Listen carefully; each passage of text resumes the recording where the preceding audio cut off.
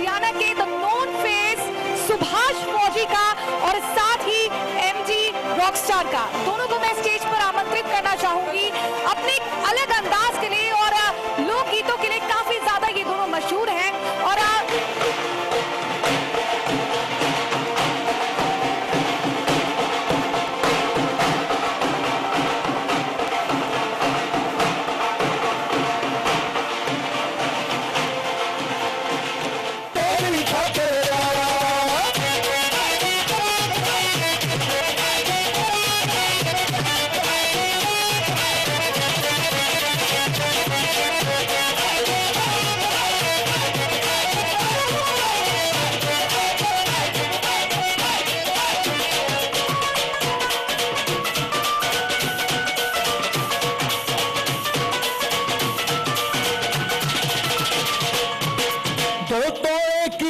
तेरी गुट्ठी में लग जड़वा दूं, पैसा यारा ना तेरी ठाठी हवा बढ़ा दूं, ठाठी हवा बढ़ा दूं, ठाठी हवा बढ़ा दूं।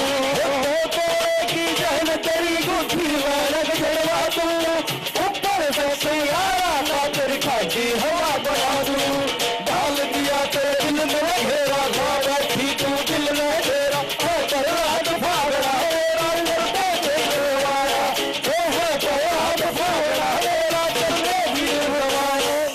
मैडम बैठ बोलेरो में, ओ मैडम बैठ बोलेरो में, स्पेशल तेरी खातिर यार, मैडम बैठ बोलेरो में, स्पेशल तेरी खातिर यार, मैडम बैठ बोलेरो में, स्पेशल तेरी खातिर यार।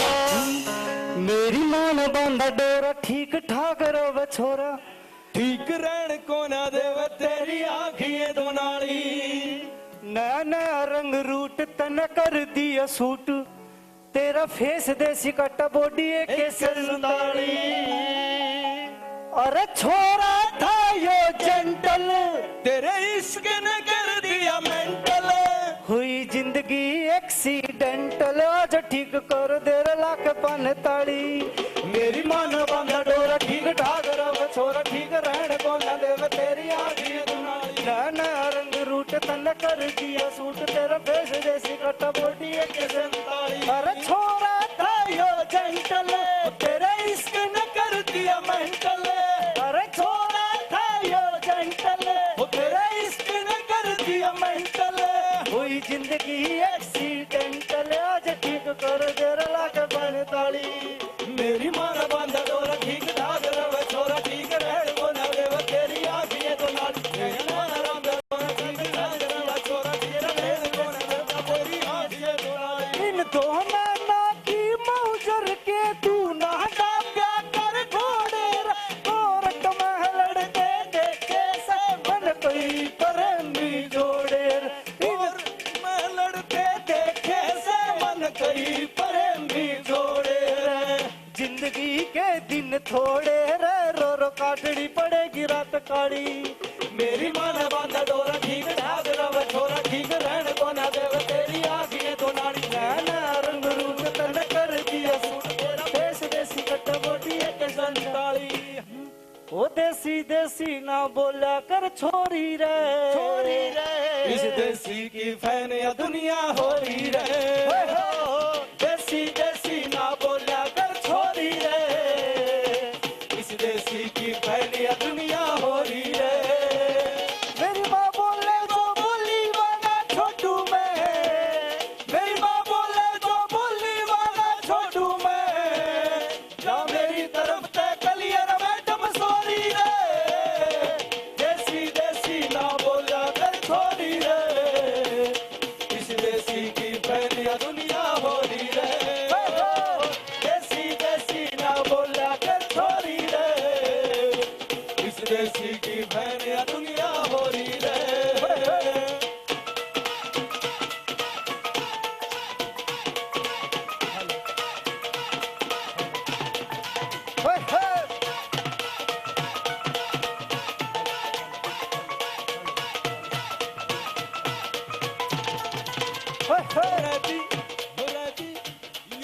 बेस्ट मेरा हरियाणा, देसी दूध दही का खाना, रोजी बेस्ट मेरा हरियाणा, ही खा खाना। हमने सीखा प्यार निभाना, चाहे अजमा कह देख लिए, यारी जानते प्यारी चाहे दिल ला के देख लिए।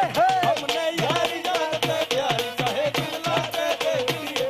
रेती बेस्ट मेरा हरियाणा,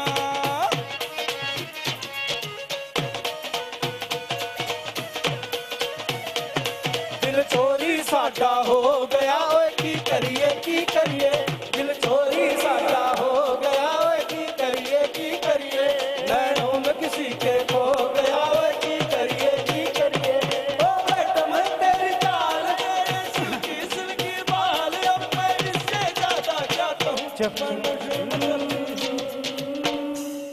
ओ मैं नशे में टल्ली हो गया, ओए की करिए, दिल चोरी साडा हो गया, ओए की करिए, दिल चोरी साडा हो गया, ओए की करिए। मेरा रंग दे बसंती चोला, मेरा रंग दे बसंती चोला, मेरा रंग दे बसंती चोला, मेरा रंग दे बसंती चोला। आजा रंग दे, मैं रंग दे, आजा रंग दे, मैं रंग दे, मेरा रंग दे बसंती चोला, मेरा रंग दे बसंती चोला, मेरा रंग दे बसंती चोला, मेरा रंग दे बसंती चोला, मारे रंग दे बसंती चोला।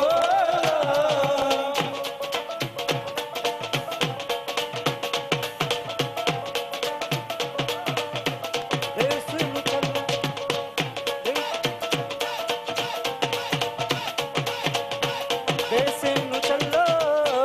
देश नु चलो, देश नु चलो, देश नु चलो, देश नु चलो।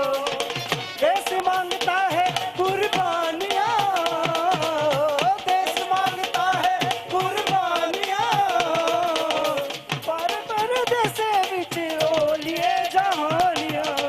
देश नु चलो, देश नु चलो, देश नु चलो, देश नु चलो। आप सभी का बहुत बहुत धन्यवाद।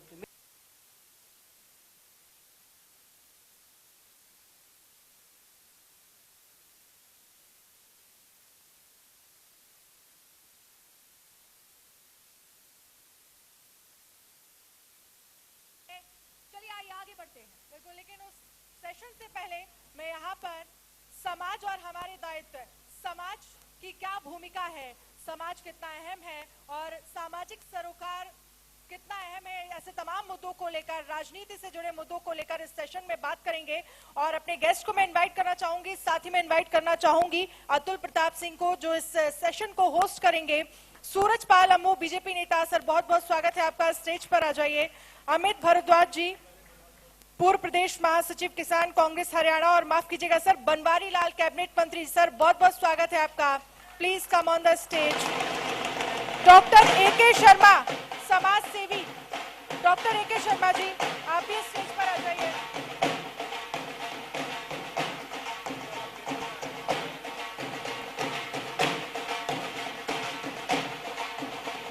आप सभी खास मेहमानों का बहुत बहुत स्वागत है। और इसी बीच में आपको बता दूं कि हमारे साथ सिंगर अमन गिरी भी मौजूद हैं, जिनके साथ हमारा सेशन होगा। तो शाइनिंग हरियाणा, जहां पर तमाम मुद्दों को लेकर बातचीत होगी, और अतुल प्रताप सिंह इस सेशन को होस्ट करेंगे। अतुल, ओवर।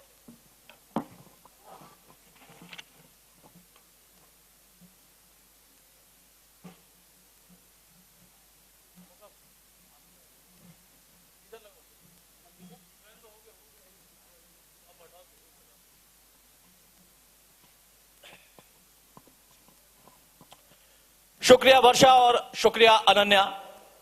तो हमारे बीच में खास मेहमान फिर से, और इसके पहले आप लोगों ने शानदार प्रस्तुति देखी। लेकिन जब सब कुछ अच्छा चल रहा होता है और अचानक से कुछ खराब होता है तो तकलीफ बढ़ जाती है, और फिर समझ में नहीं आता है कि आखिर हम करेंगे क्या, समाज के प्रति हमारे असल दायित्व हैं क्या, ये समझना पड़ेगा। हमारे बीच में खास मेहमान बनवारी लाल जी भी हैं। बनवारी लाल जी, आपको अहम जिम्मेदारी सरकार में मिली और आपने बखूबी उसको निभा भी रहे हैं, लेकिन एक सामाजिक जिम्मेदारी होती है। कहां आपको लगता है कि हम सामाजिक ताने बाने में कमजोर पड़ रहे हैं? यह सवाल इसलिए पूछना बहुत जरूरी है कि कोरोना में हमें जितना झटका लगा उतना ही हमें अपनत्व भी मिला, क्योंकि हम घरों में कैद होकर रह गए और तब हमें एहसास हुआ कि असल में हम कहां और क्यों पिछड़ रहे थे या क्या हम खो रहे थे। जिस तरह से कोरोना के टाइम में हर आदमी को एक दूसरे की जरूरत पड़ी जी, और कोरोना एक ऐसी बीमारी थी जिसके अंदर घर का आदमी भी उसके पास नहीं जाता था, लेकिन जो हमारे डॉक्टर्स हैं या पैरामेडिकल स्टाफ है या दूसरे कोरोना वॉरियर्स थे जी, उन्होंने आगे बढ़कर अपने जान की परवाह किए बगैर, जी। अपने घर के बच्चों की परवाह किए बगैर जिस तरह से कोविड के पेशेंट को उन्होंने ट्रीट किया, ये एक आपस में सामाजिक भाईचारे का एक मिसाल पैदा उन्होंने की। और आज आपने देखा होगा कि पूरे विश्व के अंदर जिस तरह से कोविड ने पूरी दुनिया को हिला के रख दिया था, लेकिन हमारे देश के अंदर जो हमारे देश के प्रधानमंत्री, यशस्वी प्रधानमंत्री नरेंद्र भाई मोदी ने जो समय समय पर मोटिवेशन की, हमारे लोगों की मोटिवेशन की, और एक सामाजिक समरसता और एक सामाजिक का आपसी तालमेल जिस तरह से उन्होंने लोगों को बताया, और उसी मतलब पथ पर चलते हुए जी। सामाजिक जो आपस में भाईचारा बनाया और हम इस कोविड जैसी बीमारी से पार पा सके। जी, अमित भारद्वाज साहब हमारे साथ हैं, पूर्व प्रदेश महासचिव किसान कांग्रेस हरियाणा के। भारद्वाज साहब, जिस बात का जिक्र मैं कर रहा था और बनवारी लाल जी ने बताया कि हाँ चुनौती थी, तो उसमें सामाजिक हमारी भूमिका क्या रही। एक नेता के तौर पर विपक्ष के अपने दायित्व होते हैं, सरकार में ये लोग थे लेकिन आप लोग विपक्ष में होते, उस दायित्व को कैसे निभा रहे थे, या आपको दायित्व निभाने से रोका जा रहा था? ये राजनीतिक आरोप लगता है भाई कि हम तो करना चाह रहे थे, हो नहीं रहा था और करने दिया नहीं जा रहा था। नहीं, देखिए, सबसे पहले तो मैं ये कहूँगा कि कोरोना काल में जो समय सभी के साथ रहा है, राजनीति से ऊपर उठ के ये कोरोना का पीरियड था, और सभी ने इसमें भाईचारे की एक मिसाल को पेश किया, और कांग्रेस ने अपनी तरफ से बहुत अच्छी भूमिका, ये तो सभी ने देखा है कि कांग्रेस की एक भूमिका ऐसी रही कि हर तरीके से कांग्रेस ने सपोर्ट किया। कांग्रेस ने अपने तरीके से हरियाणा के अंदर भी और अपना देशव्यापी अभियान चलाया। हमारे यूथ कांग्रेस के जो प्रधान थे श्रीनिवास जी, उन्होंने ये कहा जाए कि सरकार की तरफ से जो भी कहा गया कि हम कोई कमी नहीं है, कोई गैस सिलेंडर्स नहीं है, या इस तरीके की जो भी बातें थी, मुझे ये लगता है कि सरकार इस मामले में विफल साबित हुई है। मुझे इसलिए लगता है क्योंकि जो हमारे मृत्यु दर के जो रेट हैं वो आप कोरोना काल में आप देखिए उठा के क्या हैं, और सिलेंडर्स के लिए आम आदमी जो परेशान हुआ, आप हॉस्पिटल्स में एडमिट तक नहीं करा पाया, लंबी लंबी लाइन रही। कुछ लोग तो इसलिए इस दुनिया में नहीं रहे कि बाहर इंतजार करते रहे और हम हॉस्पिटल में उनको एडमिट ही नहीं करा पाए, ये सच्चाई है। और रही बात कि विपक्ष को मदद करने के लिए, ये भी एक सच्चाई है कि विपक्ष को मदद नहीं करने दी गई और बहुत ही प्रयास किया गया कि किसी भी सूरत में, जबकि ऐसे माहौल में उनको नहीं रोकना चाहिए था। हमारे कई नेताओं के ऊपर मुकदमे भी दर्ज हुए, रोका भी गया, सिलेंडर लेने गए तो सिलेंडर की गाड़ियां रोक दी गई, वहां पहुंचा ही नहीं। तो ऐसे बहुत से आरोप। बताइए अमू साहब, समाज में दायित्व निभाने से रोक दिया आप लोगों ने? बनवारी लाल जी कह रहे हैं सरकार में चूंकि मिनिस्टर हैं, वो कह रहे हैं कि हमने किया, लेकिन कांग्रेस के नेता कह रहे हैं कि निभाने कर्तव्य भी नहीं दिया गया, दायित्व निभाने से रोका गया। हाँ, और भी कई कमियां हैं। हाँ, ये सपने देख रहे थे जिन दिनों सेवा काल का दौर चल रहा था, तो कांग्रेस के मित्र सपनों में मदद कर रहे थे जनता की, और सपनों में ही लाइनें देख रहे थे। जबकि सच ये है कि पूरे देश की संस्थाएं, एनजीओ, सरकार, हरियाणा सरकार के अलावा देश की केंद्र सरकार ने भी जो सुविधाएं उपलब्ध कराई। जिन दिनों मेरे मित्र अभी गैस का सिलेंडर कह गए, एक्चुअल में वो ऑक्सीजन सिलेंडर होता है, जिनको सिलेंडरों का अर्थ नहीं मालूम, ऑक्सीजन सिलेंडर ही कह रहे थे, वो गैस सिलेंडर कहा थे, क्योंकि उन्होंने गैस के सिलेंडरों की कालाबाजारी करी थी अपनी सरकार के दौरान। हमने ऑक्सीजन सिलेंडर जहां जहां आवश्यकता थी वो वहां पहुंचा है, उन अस्पतालों के अंदर स्वयं जाकर हमारे कार्यकर्ताओं ने, भारतीय जनता पार्टी के अनेकों कार्यकर्ता यहाँ पर आपके कैमरे के सामने बैठे हैं। अमू साहब उन्होंने गैस सिलेंडर नहीं कहा था, उन्होंने शुरू में कहा था सिलेंडर बोला था। एक्चुअली हमारे बड़े भाई हैं, एक मिनट, ऑक्सीजन भी गैस ही होती है, गैस का एक प्रकार है। एक्चुअली ना मैंने गैस सिलेंडर नहीं कहा, मैंने गैस के ऑक्सीजन। कांग्रेस को किसने रोका काम करने से? कांग्रेस ने किसको रोका सेवा करने से? कांग्रेस के कितने लोगों पर मुकदमा दर्ज हुआ? मेरे मित्र बता दें। मैं बिल्कुल गुड़गांव के अंदर कितने कांग्रेस वालों के ऊपर मुकदमे दर्ज हैं? कांग्रेस के कितने प्रदेश के लोगों के पदाधिकारियों को मुकदमे दर्ज है? बता दें। अरे सेवा आप करना नहीं चाहते, आपने सरकारों में मेवा खाया, नहीं, सेवा करने की नियत नहीं है। नहीं, ऐसा नहीं है। हमारी सरकार ने आप क्या कह रहे हैं कि कांग्रेस पार्टी को ऑक्सीजन सिलेंडर की ज्यादा जरूरत है? इनको राहुल गांधी और प्रियंका गांधी के अलावा कुछ दिखता नहीं। इनको सेवा करने का ना पहले शौक था, आज हम लोगों ने सेवाएं की है। देखिए, ये कहने से काम आज राहुल गांधी और कोरोना का दूसरा हमारे नेता ने, हमारे यूथ कांग्रेस के ऑल इंडिया के प्रधान ने ऑक्सीजन सिलेंडर कैसे पहुंचाए ये पूरा देश जानता है। बल्कि हमने तो ये भी नहीं देखा कि किसको पहुंचाए जा रहे हैं। इंसानियत के नाते अगर जो जहां तक ये सरकार विफल हुई, हमारे नेताओं ने चार प्रदेशों में आपका सुपड़ा साफ हो गया। ये सपने नहीं है, ये 4 प्रदेशों में आपका सुपड़ा साफ हो गया। कांग्रेस कहीं नजर नहीं आ रही और अभी आप सेवा की बात करते हो। अगर आपने सेवा की होती तो आप कहीं तो जीतते नजर आते। ना आप मणिपुर में नजर आए, ना गोवा के अंदर नजर आए, ना उत्तराखंड के अंदर नजर आए, और उत्तर प्रदेश के अंदर तो आपका सुपड़ा साफ हो गया। जहां पंजाब में थे वहां से अगर आप सेवा करते हैं, अगर आप सेवा करते तो कहीं नजर आते। हम पंजाब में पहले भी नहीं थे। हम पंजाब, एक सवाल मेरा ये है सर कि आप कह रहे हैं कि ऑक्सीजन सिलेंडर की ज्यादा जरूरत कांग्रेस को है। बिल्कुल है। ये कह रहे हैं कि इनके एक प्रधान ने इतना काम किया कि उसकी देश में चर्चा हो रही है। दोनों में बड़ा अंतर है। इनको तो दवा की भी जरूरत है, दारू की भी जरूरत है। विदेश इनको दवा दारू के चक्कर में रहते हैं, इनको सेवा से कोई मतलब नहीं है। आज मनोहर लाल सरकार प्रदेश के अंदर जिस प्रकार से जो सेवाएं उपलब्ध करा रही है, आज स्वास्थ्य के मामले में 8,900 करोड़ रुपए स्वास्थ्य का बजट है। इनके समय में कितने रुपए का बजट था ये बता दें? 1 साल का हमारे 8,900 करोड़ रुपए का स्वास्थ्य का बजट है। ये पेपरों में मेरे मंत्री बैठे नहीं, ये कागजों में मेरे मंत्री बैठे हैं। ठीक है, बता दें कि सरकार अमू साहब फिर से आऊंगा आपके पास। 8,900 करोड़ रुपए बजट है, फाइलों में है मेरे भाई, फाइलों में है। डॉक्टर AK शर्मा है हमारे साथ, समाज सेवी भी हैं, सिविल फाउंडर ट्रस्टी भी हैं, ड्रीमर फाउंडेशन NGO के, पैटर्न रेड क्रॉस सोसाइटी से भी जुड़े हुए हैं। सेवा इन लोगों ने भी की। आप लोगों ने किस तरीके की दिक्कतें देखी कि जो सरकार नहीं कर पा रही थी, या सरकार चाहकर भी शायद हर उस व्यक्ति तक नहीं पहुंच पा रही थी? क्योंकि चुनौती सिर्फ एक व्यक्ति के लिए नहीं थी, सिस्टम के लिए भी थी। भारदास साहब अभी उदाहरण दे रहे थे कि हमने बहुत खो दिया। मैं हमेशा कहता हूं कि हाँ, हमने खोया। हमारी एक जान भी अगर गई तो उसकी कीमत होनी चाहिए, है। लेकिन मैंने विदेशों का वो दृश्य भी देखा जो कि हमसे संस्थागत तरीके से, व्यवस्थागत तरीके से बहुत आगे है। यूरोपियन कंट्री में जिस तरीके से सड़कों पर लाशें गिरी, जिक्र उसका भी हमने किया या हमने देखा। ठीक है, यहाँ की राजनीति में हम सिर्फ यहाँ का वो करते हैं। आप लोग कैसे वो रोल निभा रहे थे? देखिए, सबसे पहले तो मैं आपके चैनल को और आपके दर्शकों को थोड़ा तेज बोले आप। सबसे पहले तो मैं आपको, आपके चैनल के, आपके सभी दर्शकों को नमस्कार करता हूं और आने वाली होली की हार्दिक शुभकामनाएं देता हूं आप सभी लोगों को। जैसा कि आपने बताया, कोविड में मैं तो धन्यवाद करता हूं हमारे माननीय प्रधानमंत्री नरेंद्र मोदी जी का, जिन्होंने लॉकडाउन करा के हमारे देश को इतना अच्छा काम करके दे दिया जी। 2 महीने में जब तक लॉकडाउन रहा, आप विदेश की हालत देख लो उठा के, कितने लोग मरे हैं, और हमारे इंडिया की हालत उठा के देख लो कहाँ मरे हैं लोग। अगर हम काउंटिंग करें तो कुछ भी नहीं है हमारे इंडिया में।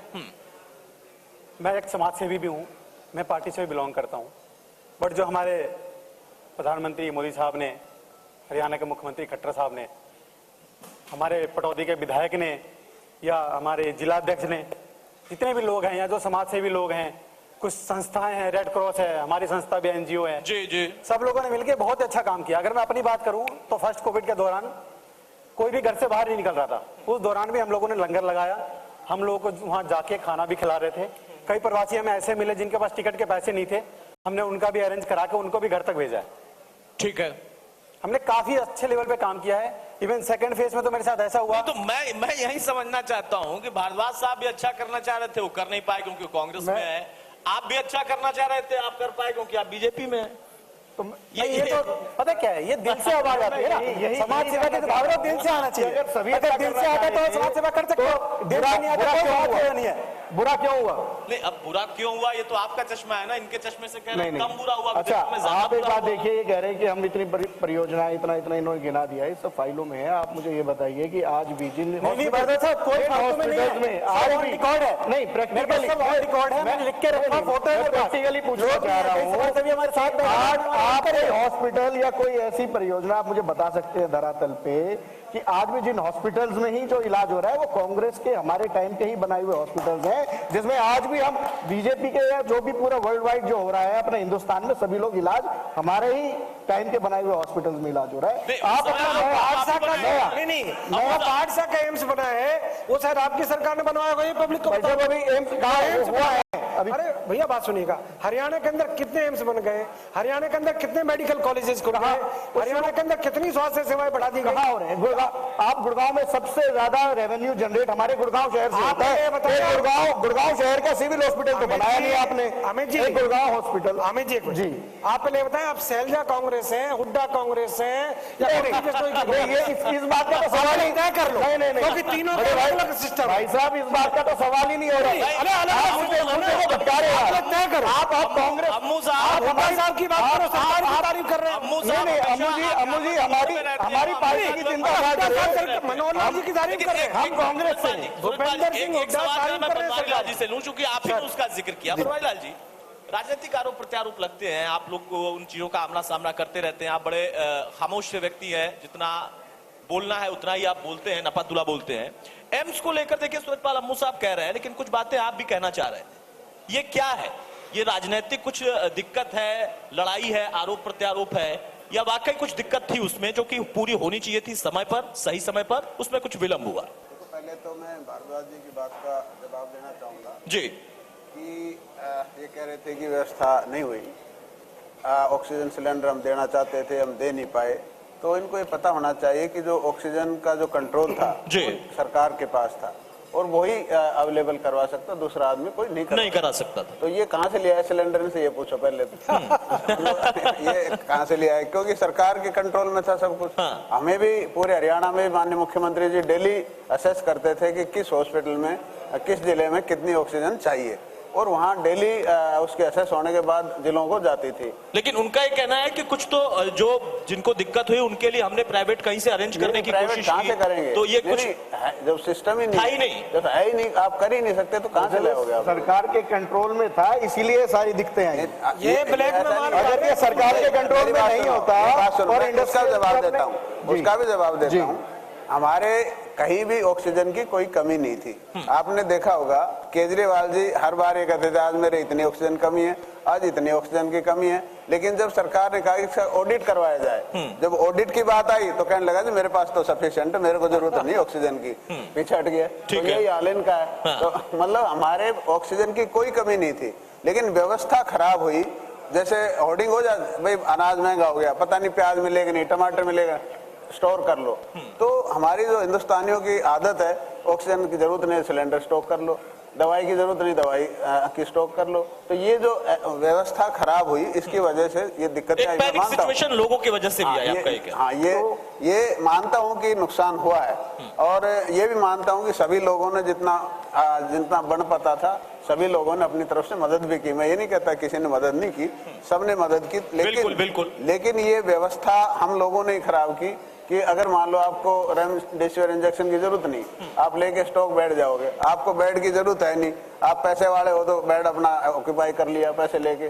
तो ये जिसको जरूरत थी उसको वो चीज मिली नहीं, इसकी वजह से अव्यवस्था हुई। अदरवाइज सरकार की तरफ से कहीं कोई चीज की कमी नहीं। ठीक है, अब एम्स वाला जो मेरा सवाल था सर, उस पर एम्स का 2015 में माननीय मुख्यमंत्री जी मनोहर लाल जी ने बावल के अंदर घोषणा की थी, और उसके बाद हमने एक स्थान चुना था मनीठी गांव में, और वो पंचायत ने ये कहा था कि हमारे पास ये जमीन है, हम इसको फ्री ऑफ कॉस्ट देंगे। ठीक है, और वो हमने वो चिन्हित कर ली। लेकिन बाद में जब उसका फॉरेस्ट डिपार्टमेंट ने ऑब्जर्वेशन लगा दी कि अरावली के अंदर है ये, और यहाँ आपका एम्स नहीं बन सकता, और ये कोई स्पेसिफिक प्रोजेक्ट नहीं है, इसको आप इधर उधर भी कहीं कर सकते हो। ठीक है। तो उसके बाद हमने कहीं दूसरी जगह जमीन तलाश की, और माजरा गांव में नजदीक ही है, 1-2 किलोमीटर डिस्टेंस, ज्यादा दूर नहीं है जी जी।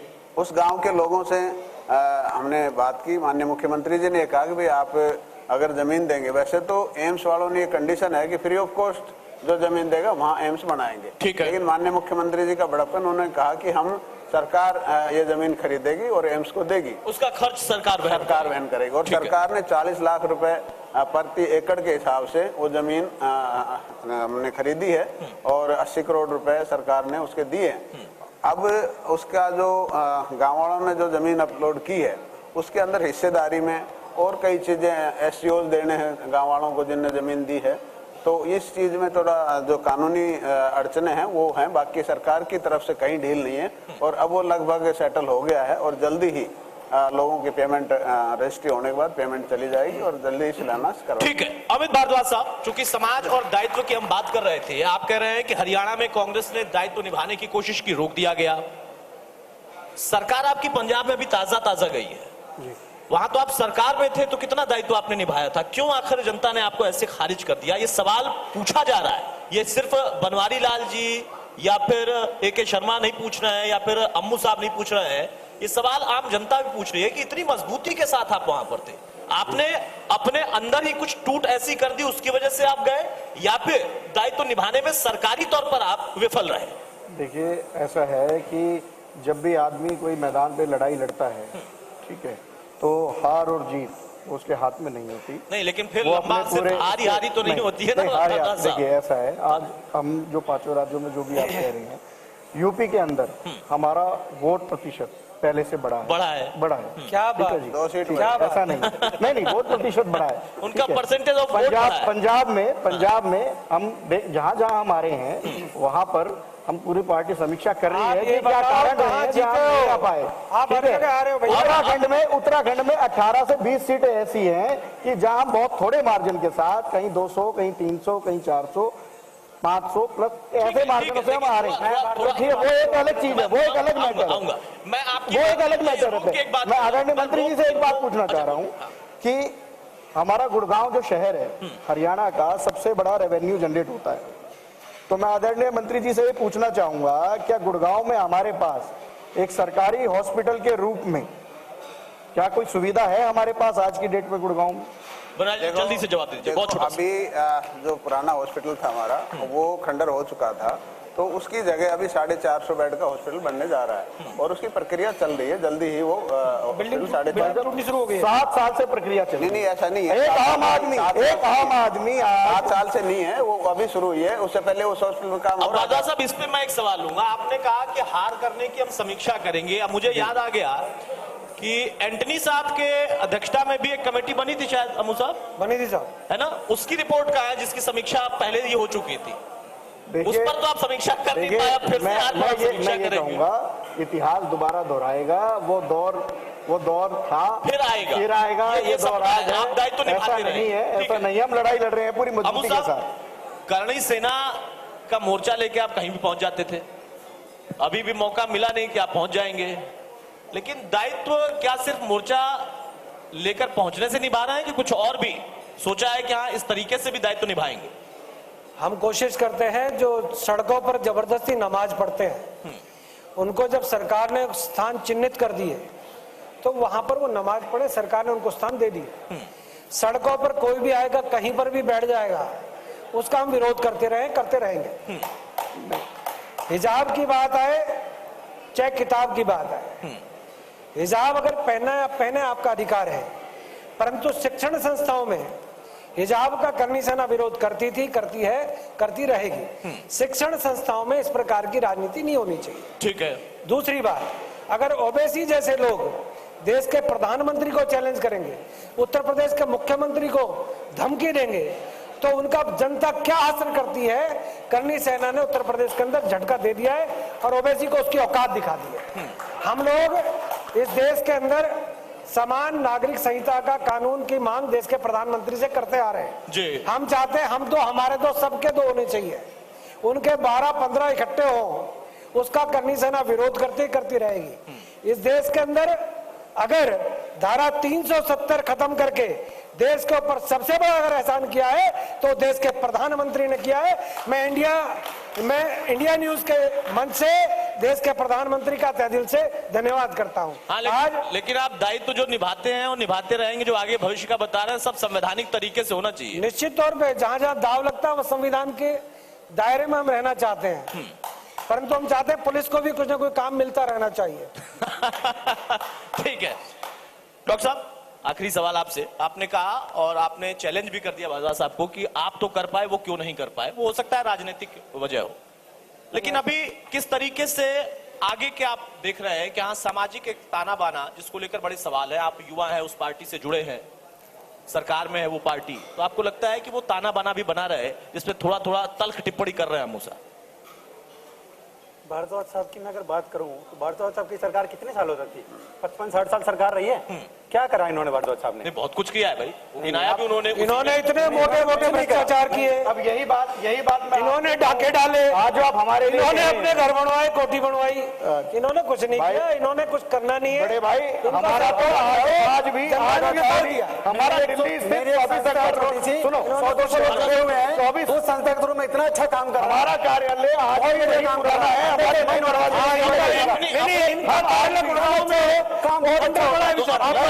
काम करने कैसे काम करेंगे? अपनी संस्था में भारद्वाज साहब को भी जोड़ लीजिए। पार्टी अलग अलग है, क्या हुआ? बीजेपी कांग्रेस मिलकर एक संस्था में काम कर ले। हम अपना पार्टी की भारद्वाज साहब 1997 में एनडीए की सरकार जब गिरी थी, अटल जी ने क्या कहा था कि एक दिन वो समय आएगा, आप देख लो। आज हमारी पार्टी बहुमत से आई है, पूर्ण बहुमत से आई है, और 4 उसमें आई, 4 स्टेट में आई, 4 विधानसभा में। कांग्रेस की भी रही, पूरे भारतवर्ष में कांग्रेस की। ठीक है, ये समय फिर तय करेगा कि कौन सत्ता में आएगा, कौन सत्ता से जाएगा। भारद्वाज साहब रोक रहा हूं सर, समय नहीं है। बहुत शुक्रिया, बहुत शुक्रिया,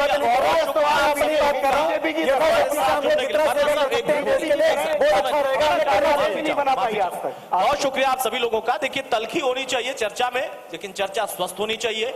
हमारा विषय था कि सामाजिक दायित्व क्या है। बनवारी लाल जी ने कहा कि सरकार में मंत्री के तौर पर जो दायित्व होते हैं वो हम निभा रहे, सरकार का जो दायित्व होता है वो हम निभा रहे, और कांग्रेस जो कि विपक्षी दल है वो भी अपना दायित्व निभा रहा है। लेकिन सबसे बड़ा दायित्व होता है मानवता का, जहां पर सबने कुछ न कुछ करने की कोशिश की। उस कोरोना काल में वो उस चुनौती से लड़ने में हम बहुत आसानी से आगे बढ़ते चले गए।